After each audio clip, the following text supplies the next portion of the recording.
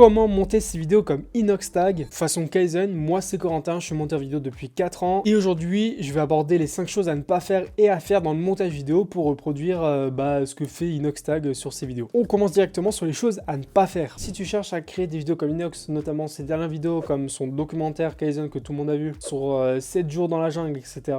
Il ne faut absolument pas, et c'est le premier point, empiler les clips sans structure. Si tu cherches à empiler les clips, à cutter, etc., ça ne marchera pas. Si tu cherches à faire un truc rythmé, à faire que des cuts sans réfléchir, ça ne marchera pas, ça ne fonctionne plus. On faisait ça en 2018-2019 quand il y avait la mode de la rétention d'audience sur les 3 premières secondes où on paumait l'attention des personnes. Ça ne marche plus en fait. Empiler des clips avec juste des cuts, ça ne marche plus. Un montage désordonné perd l'attention des spectateurs dès les premières secondes. Tu regardes l'introduction d'Inox sur son documentaire de la jungle, 7 jours dans la jungle, tu verras que dans la voix off, c'est pas cuté à la seconde près. Il y a un storytelling derrière, il laisse des blancs quand il faut laisser des blancs, c'est bien accompagné avec la musique qui va derrière, etc. C'est structuré. Abuser des effets et des transitions, ça aussi, ça ne marche plus. Aujourd'hui, trop d'effets, tu perds l'audience. C'est limite, ça devient épileptique, on ne veut plus ça, d'accord? Donc trop d'animation ou de filtres peut fatiguer et distraire au lieu d'embellir le montage. Très important. Ignorer le son, négliger la musique, les voix et les bruitages fait paraître la vidéo amateur. Alors ça, c'est très compliqué, il y a beaucoup, les monteurs le savent, mais si tu es spectateur comme beaucoup, tu vas même pas faire gaffe à ça, mais si tu fais un minimum attention, tu regardes qu'il y a beaucoup plus de travail sur le son que sur l'image. Une phrase assez connue, c'est si tu regardes une vidéo avec une image dégueulasse mais que le son est bon, tu peux rester sur la vidéo. Par contre, l'inverse, avec le son dégueulasse mais une belle qualité d'image, les gens ne restent pas. Et si tu fais attention, la musique et les sound effects fait tout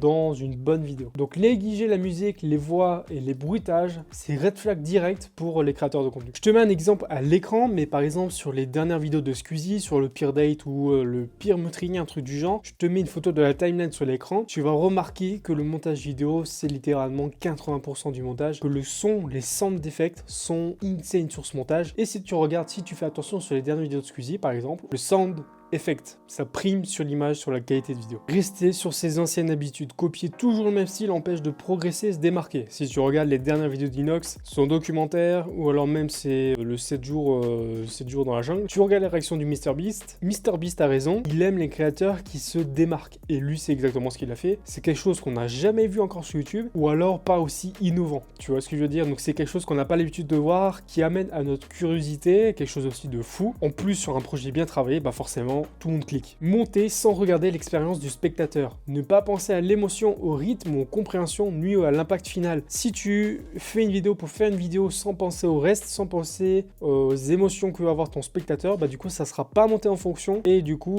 ça risque de flop. Et c'est ce que a très bien fait Inoxtag sur ses derniers projets. Ensuite, les 5 choses à ne pas faire. Planifier avant de tourner. Si tu ne planifies pas, forcément tu n'auras pas de storyboard, tu sauras pas quoi filmer, tu vas arriver sur le terrain et tu vas être perdu. Donc avoir un storyboard ou un script clair aide à gagner du temps au montage et rendre la vidéo plus cohérente. Si t'as pas storyboard, déjà le monteur il sera en PLS, nous monteurs on sera perdu, on sera pas où caler quoi, comment, il faut au minimum un script, et au minimum un storyboard pour savoir quel plan à mettre, à quel moment, etc. Faut avoir un ordre précis.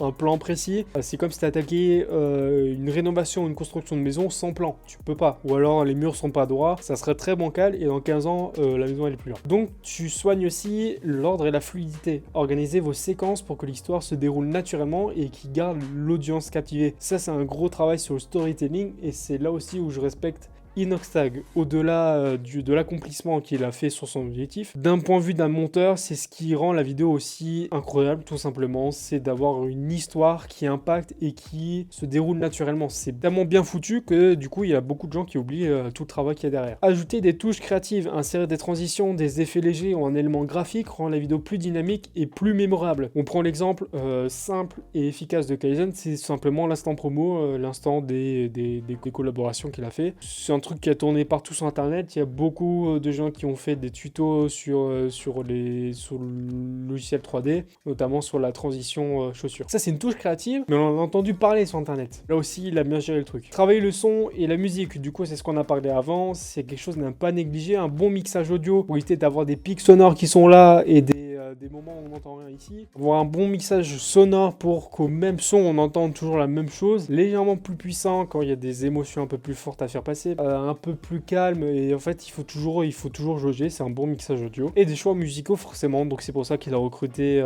Mime Audio, je crois, un truc comme ça, pour faire l'audio de Kaizen. C'est quelque chose qui sort de l'ordinaire, qui va dans le sens de l'exploit d'Inox, donc c'est ce qui fait la différence sur la qualité perçue. Optimisé pour la plateforme, là ça a été adapté pour le ciné, ça a été adapté pour YouTube, ça a créé un petit teaser pour Instagram, etc. Donc la durée et le style selon YouTube, TikTok ou Instagram maximisent l'impact, et c'est exactement ce qu'il a fait. En dehors de toute la communication qu'il a apportée pour ce documentaire, ou même sur les 7 jours de jungle, c'est quelque chose qu'il a maîtrisé à la perfection, notamment avec le Yeti blanc, avec le chapeau qu'il a envoyé à tous les youtubeurs, etc. C'est une communication de fou, et c'est ce qui a amplifié la curiosité du spectateur, déjà avec un teaser, et sur la communication, le fait de passer le message, etc. Donc voilà, j'espère que la vidéo vous a plu, et sinon je t'invite à t'abonner pour ne pas louper toute la valeur que je vais apporter sur cette chaîne YouTube, sur le montage vidéo, sur le business, trouver ses clients, etc. Donc n'hésite pas à t'abonner, et sur ce on se retrouve pour une prochaine vidéo. Ciao tout le monde.